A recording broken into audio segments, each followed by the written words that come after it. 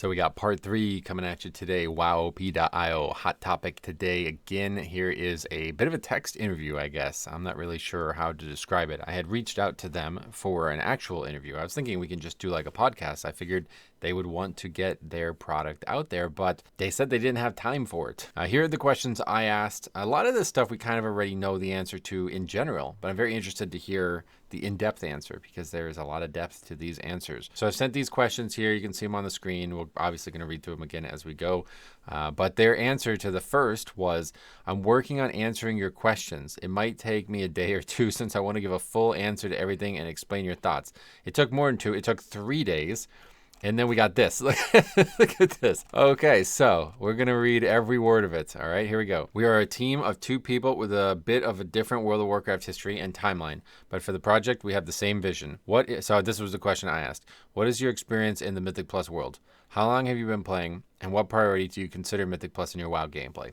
Now, I asked this question because I think it's really, really crucial that people who make this system actually play the game, meaning that they might be influenced by their own system. Like, that's why I asked the question, because I really honestly think Radar.io, the people who made that, did not have any, they didn't have any stake in the game. They didn't make it for themselves. They didn't make it to better the people they played with. They just made it because they maybe thought it was a good idea, or maybe even they wanted to try to get money for, I don't know. I don't really know why they made it, because when I spoke to them, it didn't seem like they actually cared about the impact it was having on the game that they, I assume they play. And I remember in Legion, we looked into this and they were basically normal mode raiders. It didn't seem like they were very interested in their own system. So anyway, this is a very, very different question because of that. You know what I mean? It's not like me just choosing to ask them how they care or what they think about the game. It's if it's more in depth than that. I want to know that these people actually are going to be impacted by their own system. And we already know that the answer is yes, but let's hear what they have to say. I started playing late in Battle for Azeroth, so a newer player in WoW standards. Mythic Plus and raiding are my main focus. I would say I have a wide experience in different sections of the Mythic Plus world. I have played at a low level, quote unquote, where I started and knew almost nothing about World of Warcraft. Most of the time, I just play the highest keys for my vault and do some higher keys with friends for fun. I also had a season where we tried to get the title as a group, which we didn't get because we didn't have enough time to play together. I've had a season where I played to get the title, with only pugging, which I got, but I would never do that again as it's way too much time consuming and I don't have enough time for that. So a title pug player. Whoa, even crazier than we already expected. That's interesting. Wow. All right. So that guy knows for real. He knows. Now I don't know who's who here because we looked at this in the previous video, but maybe this isn't the same person. Somebody's 3K. May not be this person then, because based on this, most of the time I just play the highest keys for vault and do some keys for fun. So maybe not that person. Anyway, my next question: do you mostly play in a pug setting or a dedicated push group, and what is your experience and outlook on pugging in general? I.e., do you find it productive, toxic, etc.? Now, I needed to ask this question because it's really important that the person who makes this add-on has a healthy perspective on pugging. You see a lot of comments on this channel very frequently anymore on this topic, have this extremely dismal view of pugging. Everybody who pugs is an utter elitist, and they're all I really don't even understand how you can say some of this stuff. There's zero good people in the pug world. Everybody's marginalizing each other. Everybody's looking to one up each other. Nobody will ever take anybody who doesn't absolutely 99th percentile deserve the key. They're saying that about this system, that the system is going to be only it's going to completely wall off your average player. And it's but I literally am showing you the opposite of that. This is the system for the average player to become a slightly above average player. This is really perfect for that. So I wanted to make sure that, whoever's making this is not in that boat. They don't have this dismal view on pugging. And it was, initially a big part of my concern, because I was worried that the people who were making this don't even know pugging exists and that it was totally irrelevant for pugging. But we've already known that that's not true for a while now. But here's their answer. Mainly I play with people from my guild, but still from time to time I play solo, or we fill the group with a few people from the group finder. The experience in pugs can't be generalized as it varies a lot. There are people that don't know much, and there are people that seem to have a good understanding. I also know quite a few people myself that just don't like Mythic Plus that much, but still have to play it because they are Mythic rating, and you lose quite a heavy amount of gear if you don't do Mythic Plus. They are not bad players, but they don't know much about the dungeons. We wanted to create a tool to help them learn the dungeons and see what others do differently to time the keys where they are struggling. Oh, wow, that's very interesting. So this is more interesting than I thought it was going to be. I think we're talking to the guy who's probably not 3K. I don't know who's who, honestly, but regardless, yeah, that's pretty interesting to hear that. They basically made the tool to help their friends. That's pretty neat. Okay, so here's the next question I asked. How much have you followed the way Radar.io... This is going to be a great question. I can't wait to hear their answer to this. How much have you followed the way Radar.io scoring system has impacted the game? Are you concerned with your add-on and system taking off to a degree that it eventually is inexorably connected to Mythic Plus progression in such a way that Blizzard has to integrate it into their game? Now, I asked that question again for a few reasons. One, because I want to make sure that they're culturally aware of Radar.io, like how it actually impacted the game. Not just like, oh, yeah, I like score. You know what I mean? And since this person said that they only started in BFA, they may very well not be. We'll see what the answer is. And then the big reason that I asked this question, and the second part of the question especially, is because I wonder, like, do they know, like, how bad people might want this? How severe this may make changes to the game? Like, it may very well change the way people play the game, just like Radar.io Score did. And they may not want that. They may very well not want that kind of publicity and that kind of power or that kind of, responsibility. I think it's really a responsibility. Okay, so it's still a little bit, 2 paragraphs. Let's see what they say. As I only started in late BFA, I've only seen Radar.io as it was already a big thing in WoW. Okay, late BFA, definitely, you already knew about it. They said, I think a game mode like Mythic Plus, where you play with other in increasing difficulty and some score system like Radar.io, there will always be a system like this. If Radar.io isn't a thing, people will just look at item level, which is basically the same thing. A score that gets higher as you play more, just with a bit more luck involved. But same as item level is a bad metric to differentiate the skill level players. I think for the range of 8 to 13, Radar.io is also bad. Good to hear that. But I've boosted many players in raids and dungeons to know that there are many bad people with way higher score than they should have, which is fine if you only want the mounts or achievements. But if they sign up for a key and deplete the owner's key, it's a bit sad. I know there are people out there that have a higher score, but know very little about the dungeons. Watch their Radar.io score, which their Radar.io score doesn't reflect, but we want a score that does. Great. That's perfect. That's exactly pretty much what I was trying to get out of the answer to this question. Let's see. I don't see the score. I also don't see, I guess, their score as a competition to Radar.io's score. Perfect. I see it more like Warcraft logs parses for dungeons, but with focus on mechanical play instead of damage only. That's why I don't see it getting implemented into the game directly, just like we never had logs or parses. But I think that's fine.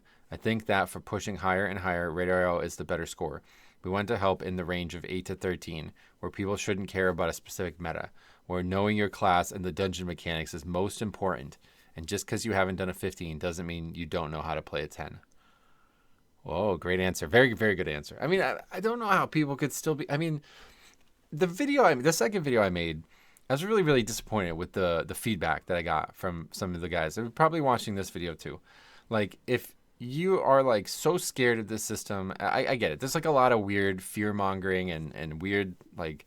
I don't even know how to describe it because it just seems like totally antithetical to what I'm presenting. And it makes me think, like, you guys aren't even really watching the video. Or if you are, you're not, like... genuinely trying to understand what's being shown. Like, what I'm trying to show you is that these people who make this add-on are good. They're good human beings. They want this to be a good system. This person is literally telling you, I made it to help my friends, so why not help everyone else too, right? That's basically what they're saying here. They totally understand the concept. Like, this is a full understanding of the concept. They know that Radar.io score is inevitable. It's an inevitable thing. Having that scoring system I think is good because there wouldn't be that ladder progression otherwise. But people overuse it and misuse it to the point where it is not representative of what the group is forming around. And they also know that, you could be a 5K player or something like that, but you could still be a lower skill level than another 5K player. They're not all created equal. And so this is really perfect because now we have 2 scores. And people, they say, like, well, now it's too complicated. It's getting more and more complicated. I don't want it to be complicated. But it doesn't really, it's like already complicated. You can't not have it be complicated. It's already complicated, even without these things. Because there's so many people that you could invite. Like, you can literally just close your eyes and blind pick somebody. That could be making it less complicated, but that doesn't improve your chance of success. So if you want to succeed, these are the things you have to consider. And this, what's being answered on this question here, it's already existing. Like, these things were in the game. They just were a lot harder to find. So now they're being all congregated onto one page on one website and one add-on potentially. It is miles, miles, miles better. If you don't think it's miles better, you're just not really listening. Like, the person who's making this wants it to be miles better. So, I mean, I guess you could just not trust them. Like, you've never met them before, but I've demonstrated now that they are people that I think you should trust, that they deserve your trust, because they're putting a lot of work into this for free. I mean, they're not. It doesn't seem like they're probably earning much money. I don't know. They have ads, I guess, on their website, but who the hell doesn't have ad block? I don't know. I don't know why anybody would not trust them at this point. So, perfect answer to that question. Okay, so this whole, that's why I thought this was going to be way longer. This whole page, this whole second comment is one question. So anyway, here's the fourth question I asked. How will your system protect? This is a very, very important one as well. How will your system protect against people simply leaving keys that they aren't playing well in to erase that from factoring into the new scoring metric? And I think this is probably the truest criticism of it, that it can actually make Mythic Plus leaving worse. Because if you think, here's some scenarios, right? So you have a scenario where the group's actually on time to upgrade the key. Like, we actually had this play out in the Dawnbreaker I showcased in the previous run. That's a big issue. It's definitely a flaw, and it was being addressed already. But let's just say that same flaw continues, right? Where a mistake that is not fatal to the timer is potentially fatal to your score.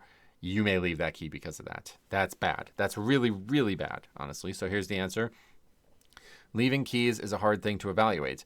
We tried to filter it out by logs if someone left a key, but it's not possible at the moment with how we analyze the data. A plan that we had was to have a function inside the add-on to report a player for leaving a key, and after a specific number of reports, he would get flagged for a few runs. We would only let people vote someone if they did a key with them, and only once per lifetime. That would stop people mass reporting and reporting people that they have not played with, but we would need to make sure first that a system like that is not abusable in any way. That's on the pipeline? Is that in the pipeline? Other than that, I don't think there's much you can do. I've had people leaving at the last boss in the past because they didn't want to have a deplete shown at their radar arrow profile, which I find absurd. Yes, of course you do, because you're a normal human being. If it still gets too heavily abused, we can change it to only rank time keys, so there's no reason to leave a bad key that is over time. If it still gets too heavily abused, we can change it to only rank timed keys. No, that's the other way around. That's the other way around. So I don't think they fully understand the question, maybe. Unfortunately, we didn't get the answer we were looking for there. That was not... I don't think they fully understood the question. My question is how, if he seems to understand that, like, which is weird, because maybe I'm misunderstanding it. I've had people leaving at the last boss in the past because they didn't want a deplete shown on their radar arrow profile. That's exactly what we're talking about. He agrees that it's absurd. He doesn't like it. And then they said, if it still gets too heavily abused, we can change it to only rank time keys. I don't know why that's not going to help. Okay, so that's not the... I don't know.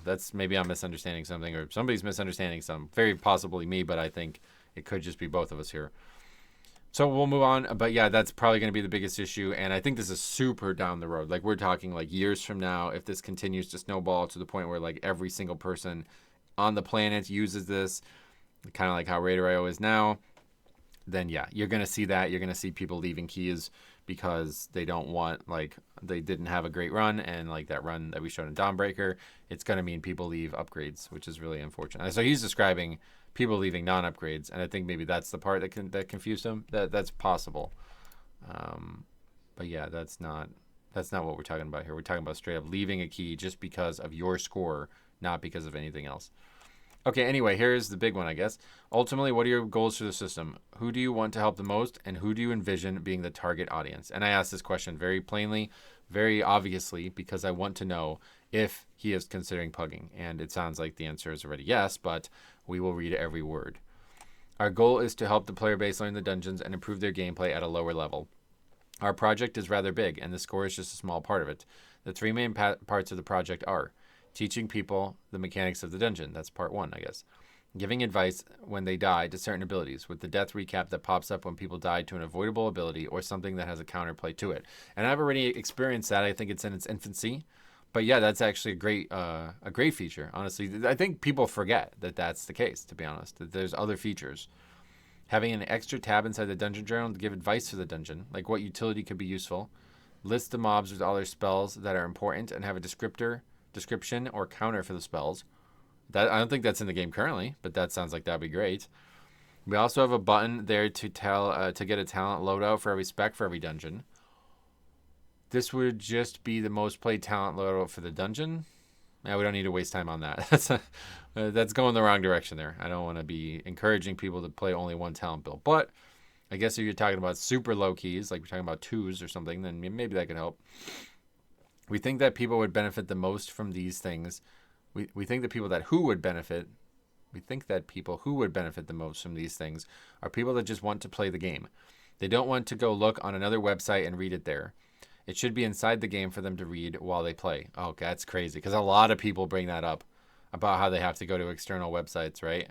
This was not even considered. I never read this anywhere. This never got considered in any of these conversations. But that's what they want to do. That's one of the three things they want to do. If they die, it should tell them why or what they could have done differently. Most of the time, that's obvious, but there are spells that have a rather niche way you could avoid them. Yes. Right, like it could say, like, oh, you took damage. But for a Blood Death Knight, it could be like, well, that damage was magic, so you should have AMS'd. Or you should plan around that, you know?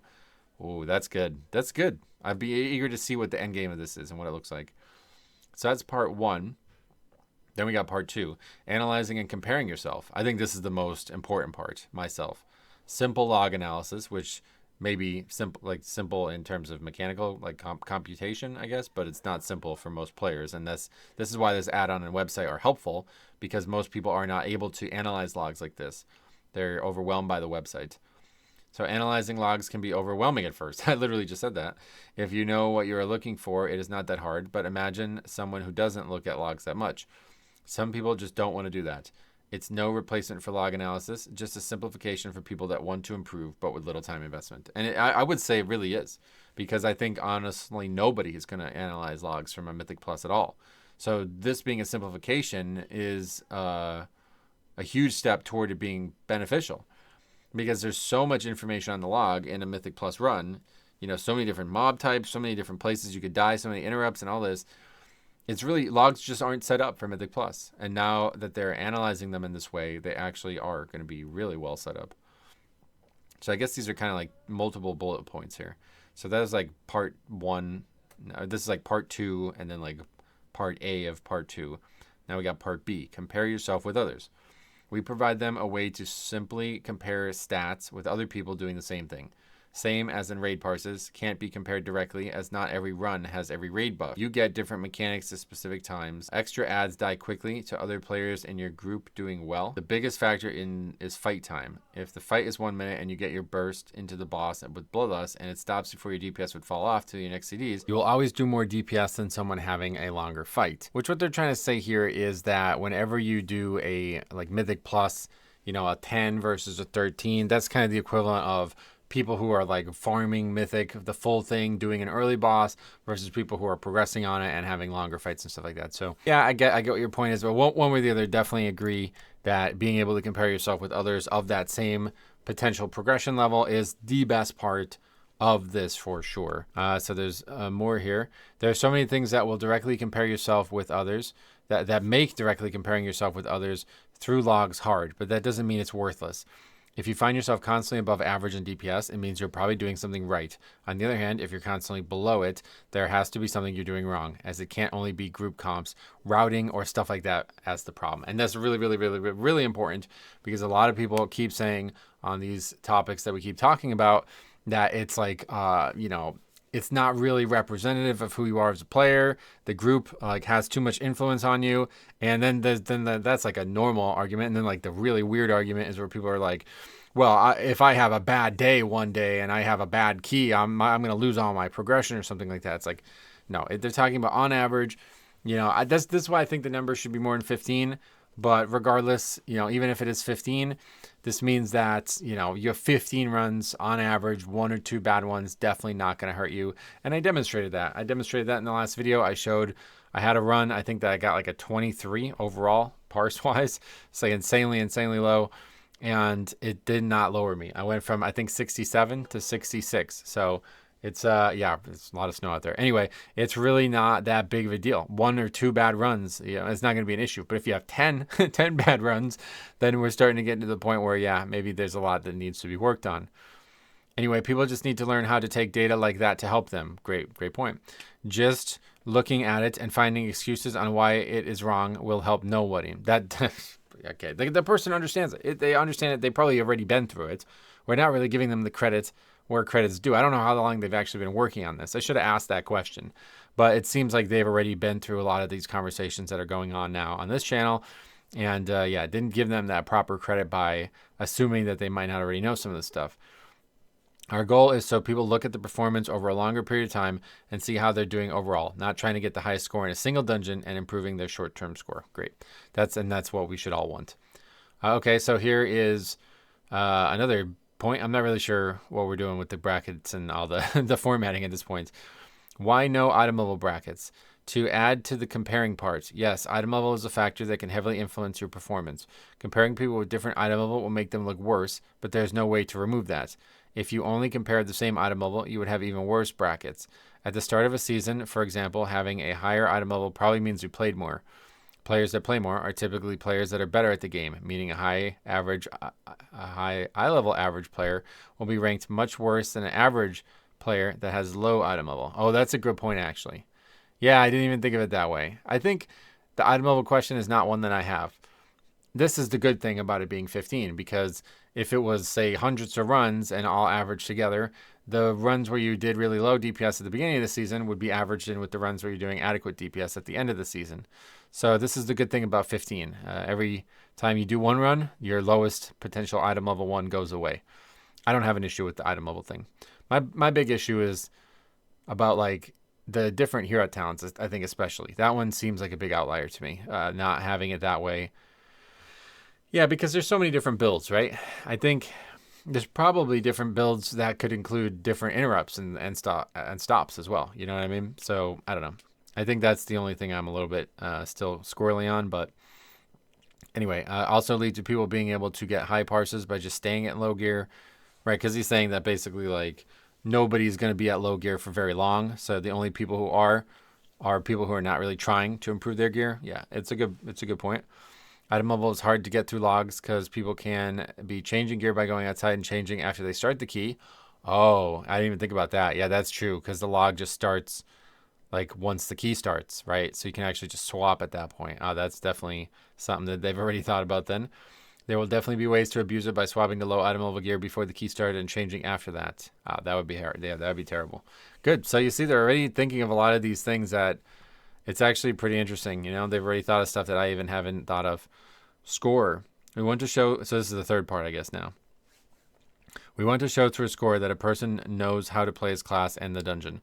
Currently, Radar only shows if a person has completed a specific dungeon in time. And that is, of course, okay, let's just keep reading. I keep interrupting them. If so, they get score, but they could be standing at the entrance for the whole key, dying 20 times, or being the person that carried 4 others through the key with stops, DPS, and not dying a single time. There is no indication on how they did. We want to use our data to give a score to differentiate those players.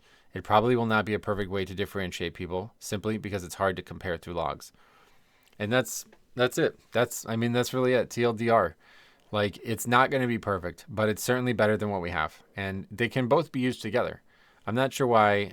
Like, yeah, it should be. This seems so obvious to me. I don't know how anybody doesn't like this. I really don't. Like, if you know that you can get somebody who is literally like hardcore carried, like they may have done 0 things in that dungeon and they still got score for that, we know that that score is not adequate. Like, it's so freaking, it's so insanely obvious that Radar never did anything about it is so insulting to the player base. It really, really is insulting.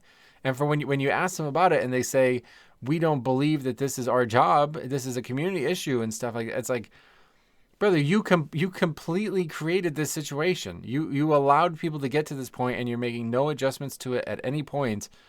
I guess I don't know. I don't know what to say. And it's crazy that it took this long for this type of thing to come out.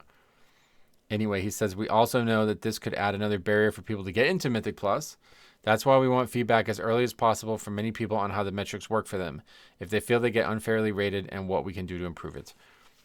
I mean, I'm sure this isn't really saying a lot, but it's good to hear him say it out loud. Like, he's already aware that there's people who are worried about being unfairly judged. And, I posted that feedback in the second video, but, I just don't think it's going to be a real problem. I really don't. I think there's idiots out there who they marry this Radar score concept. They marry meta. They marry things that they have no business doing. And those people are always going to be stupid. So maybe those people are going to be stupider now. They're going to make even more judgments. But at the end of the day, there's plenty of people who aren't like that. This idea that like every single person on the planet is like that when you're saying that you're going to get excluded. I mean, there's literally dozens of people who say that in the second video's comment section. So just go play together. Like, I've never looked at this as an issue. I've never understood this issue. And it seems like some weird, like, psychological trap that you played on yourself. Like, you can just go in the game and disprove this. You know what I mean? But you're sat here thinking about these hypotheticals so severely that you're unable to actually, like, you're not, like, stress testing the idea. You know what I mean? Because you can just go in the game and realize that there's people who are gray parsers and people who are purple parsers queuing for the exact same dungeon. Like, just if you're a gray parser too, then just go play with the gray parsers and keep trying to climb your way up. That's the same way Radar score works. Anyway, score is not the main point of the project and is just an addition.